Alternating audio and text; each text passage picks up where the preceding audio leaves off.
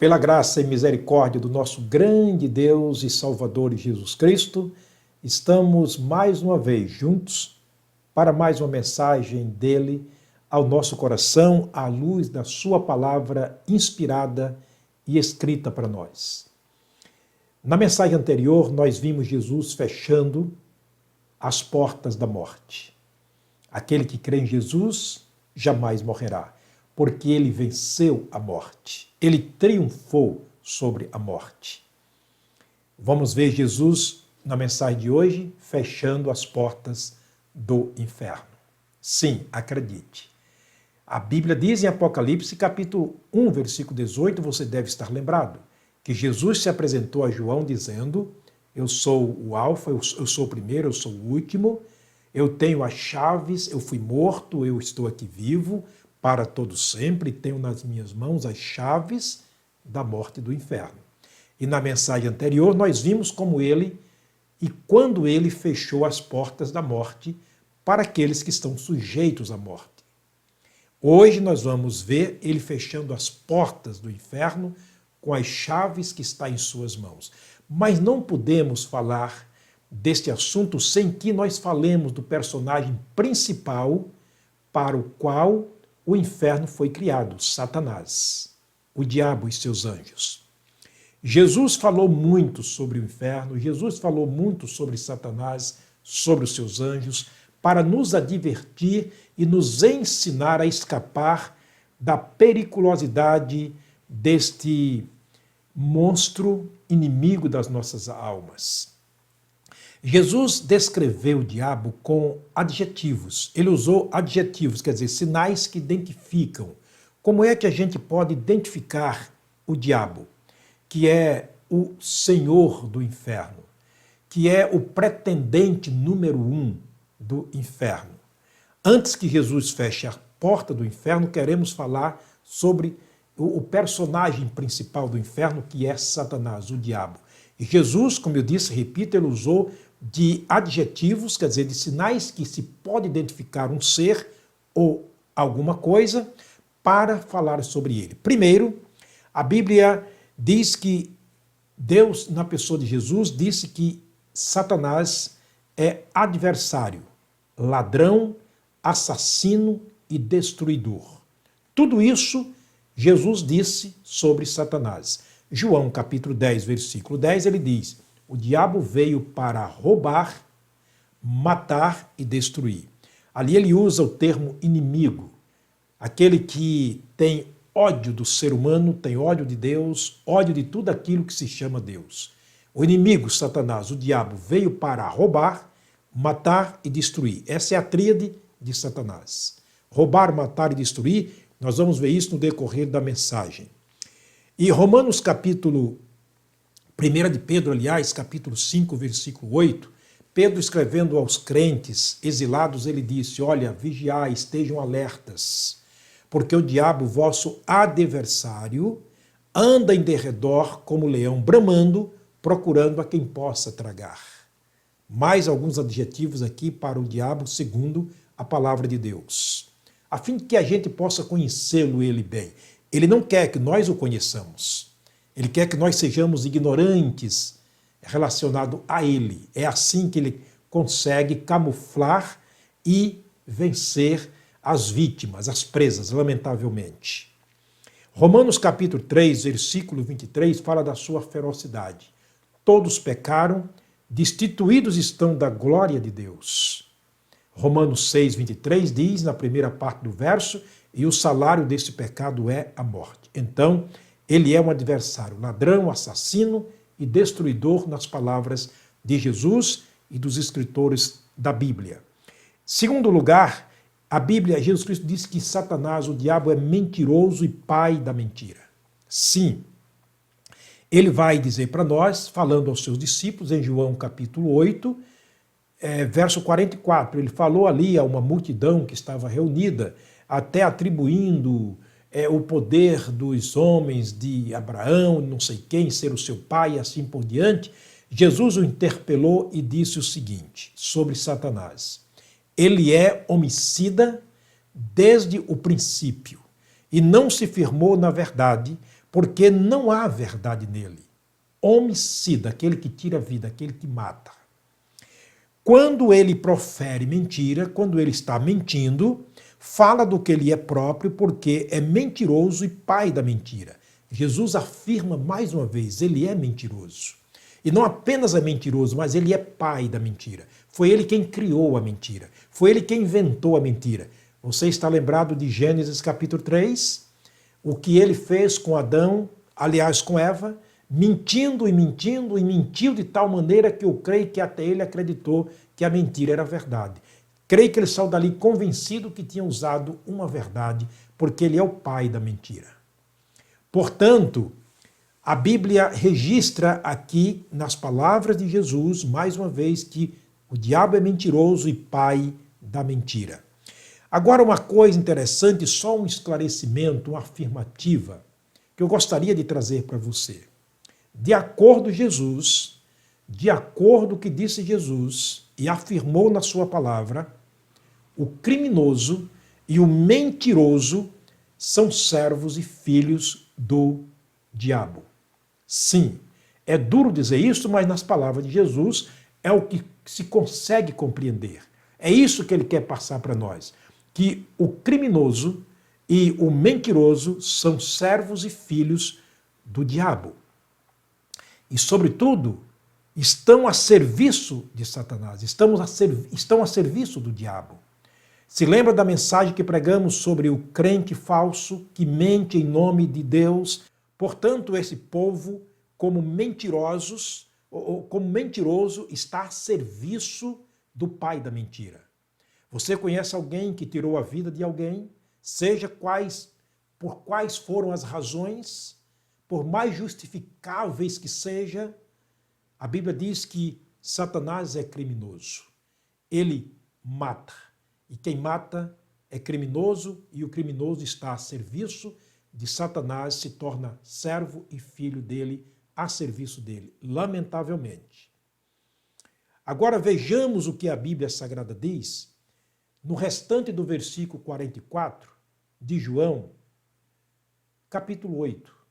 Quando os homens diziam, nós temos como pai Abraão, nós não somos descendência de prostituição e tal, Jesus respondeu para eles e disse o seguinte, isso aqui são palavras de Jesus, não são minhas, são palavras de Jesus, e eu acredito nisso. Jesus olhou bem no rosto deles e disse, vós tendes por pai ao diabo e quereis satisfazer a vontade de vosso pai. Aí ele continua dizendo, porque vocês estão mentindo, Deus não é o vosso pai, vocês adoram tudo e a todos em nome de meu pai e dizendo que meu pai é o vosso pai, quem é o pai de vocês? É o diabo, porque o diabo é mentiroso e pai da mentira. Quando ele mente, ele fala do que ele é próprio. Portanto, são essas declarações que Jesus deixou para nós na sua palavra, para que ele possa revelar como ele vai vencer este inimigo número 1 dos salvos, do mundo, do povo de Deus, e fechar as portas da sua habitação inferno para nós, para que a gente não possa também ir para lá, porque o trabalho de Satanás é recrutar pessoas para o inferno. O trabalho de Jesus é recrutar pessoas para os céus. Como ele vai fechar as portas do inferno nesse sentido? É claro que um valente só pode ser dominado por um maior valente do que ele. Um armado só pode ser vencido com um mais armado do que ele. E Jesus Cristo é este valente. Jesus é esse armado de Deus que vem não por força nem por violência, mas pelo seu Espírito, para tirar o poder do diabo e fechar as portas do inferno para aqueles que creem no Senhor Jesus Cristo. Continuando aqui, o diabo conseguiu prender, matar e destruir a raça humana. Lamentavelmente, com as suas mentiras, com as suas narrativas, com tudo aquilo que ele usou de maldade no seu coração, ele é totalmente mau, totalmente mau. Ele conseguiu, lamentavelmente, prender, matar e destruir a raça humana. Ele prendeu primeiramente na mente. Sim, é o que está escrito em 2 Coríntios, capítulo 4, verso 4. Ele trabalha da mente para o coração, entenebrecendo a mente, endurecendo o coração e aí agora ele afasta as pessoas de Deus. Olha o que diz 2 Coríntios 4, verso 4. O Deus desse século cegou os entendimentos dos incrédulos ou descrentes, para que não lhes resplandeça a luz do evangelho da glória de Cristo, que é a imagem de Deus. Ele trabalha primeiro na mente. Não é à toa que Satanás tem investido pesado nos últimos dias em crianças, em adolescentes, em jovens, para corromper os seus princípios. Ele é um destruidor de princípios. Ele é um mentiroso, e o mentiroso ele tenta destruir os princípios, aquilo que é verdade. Ele vai tudo contra aquilo que é a verdade. Tudo aquilo que é princípio de Deus, ele tenta destruir. E ele destruiu a mente do ser humano, lamentavelmente, através das suas mentiras e das suas falcatruas, lamentavelmente. Ele os mantém presos, cegos e escravizados. Ele não apenas cegou, prendeu e destruiu, mas ele mantém essas pessoas presas, cegas e escravizadas. Vamos ver o que a Bíblia diz? Espero que você não esteja nessa lista.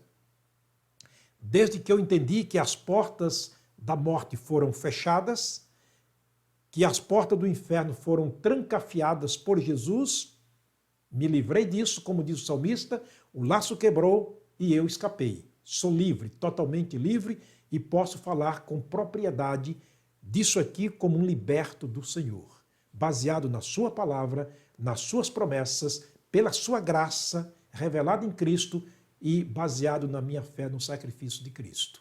Vejamos o que a Bíblia Sagrada diz, como o diabo ainda mantém as pessoas presas, cegas e escravizadas. Como assim? A Bíblia Sagrada tem a resposta.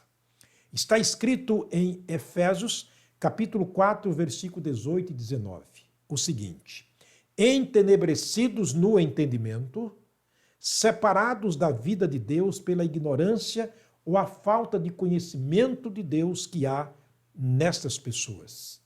As pessoas não conhecem a Deus, endurecem o seu coração, então elas são afastadas de Deus. E ele vai dizer no versículo 19: os quais, havendo perdido todo o sentimento. Aqui é uma palavra profunda que Paulo usou aqui. Eu tenho visto isso muito no meu ministério, na área de evangelismo, na área de pregação, de apelo para as pessoas. As pessoas entendem tudo muito bem, compreendem a palavra e a verdade de Deus através da pregação, através da Bíblia Sagrada. Quando se faz o apelo, queres tomar uma decisão, recebendo Jesus como Salvador, eu não senti nada até agora. Eu não tomo minha decisão porque até agora não senti nada. Quem fez as pessoas insensíveis? O diabo. Sim, está aqui, esse é um trabalho dele. Vou repetir o texto mais uma vez de Efésios capítulo 2, versículo 19. Olha o que ele vai dizer. Os quais perderam, havendo perdido todo o sentimento. Uma pessoa pode compreender a Bíblia, uma pessoa pode entender as verdades da Bíblia, entender que Jesus é o Salvador, é o Filho de Deus, que ele veio, que ele morreu, foi sepultado, ressuscitado, ascendido ao céu, que um dia ele vai voltar para buscar os salvos, mas ele nunca sentiu nada no seu coração, nenhuma paixão por esse Jesus, que, em nome do Pai, fez o maior de todos os sacrifícios. Quem fez isto? Quem fez uma pessoa ser tão insensível, embora compreendendo tudo sobre Deus, sobre a verdade, mas não se convencer quanto à verdade? Satanás fez isto. Entenebrecidos no entendimento, separado de Deus pela dureza do seu coração, por causa da ignorância que há neles, os quais, havendo perdido o sentimento, se entregaram à dissolução, ou seja, à perversão de costumes, para, com avidez ou com desejo veemente, cometerem toda a impureza. É assim a vida de uma pessoa sem Cristo. Ela não tem o sentimento verdadeiro por Deus, ela não pode compreender perfeitamente a palavra de Deus, ela sabe, mas não compreende, ela escuta, mas não ouve, não entende, não obedece. Então, ele perde o sentimento por Deus nesse sentido. Ele não tem em si aquela paixão por Jesus, porque ele não compreende, ele não entende. Pessoas se tornam amigas quando se entrelaçam, quando se conversam juntas, quando comem juntas, quando elas dialogam juntas, fazem negócios juntas, elas acabam se conhecendo e elas criam um vínculo de amizade e de amor, de fraternidade muito grande. Assim também é Jesus. O conhecimento de Jesus vem através da sua palavra. E ela vem para o nosso coração, quando o nosso coração está aberto para Deus através da sua palavra, Jesus Cristo entra. Ele fica conosco, vai cear conosco e nós iremos cear com ele, Apocalipse 3:20. Portanto, o diabo fez esse trabalho de lesar do ser humano a capacidade que ele tinha de paixão por Jesus. Ele ama tudo e ama todos. Jesus e Deus é só mais um objeto na peça de teatro. Lamentavelmente, é assim que as religiões usam Deus como objeto, mas eles usam tantas outras divindades, tantas outras personalidades para colocar também junto com Deus e com Jesus. Não, ele é o Senhor. Ele não aceita uma adoração falsa, ele não aceita uma fé dividida. A fé tem que ser em Jesus no seu sacrifício. O diabo fez esse trabalho, lamentavelmente. Olha, ele mantém as pessoas presas de tal maneira que Paulo, o apóstolo, depois de convertido, recebeu Jesus como seu Salvador, um homem salvo pela graça de Deus. Olha a declaração que ele faz em Romanos capítulo 7, versículo 18. Ele diz o seguinte: porque eu sei que em mim, isto é, na minha carne, não habita bem algum. E com efeito o querer está em mim, mas não consigo realizar o bem que eu quero. Não fala muito bem o que próprio Paulo também escreveu aos Efésios, sem sentimento, sem vontade. Você não sente vontade de ser crente, você não sente vontade de ir para a igreja, você não sente vontade de participar das coisas da igreja, dos eventos da igreja, não tem vontade de ser batizado. Afinal de contas, você não tem vontade de ser crente. Quem fez isto? Satanás. Lamentavelmente. Ele quer que você entenda tudo, porém que não finalize o bem que você entende.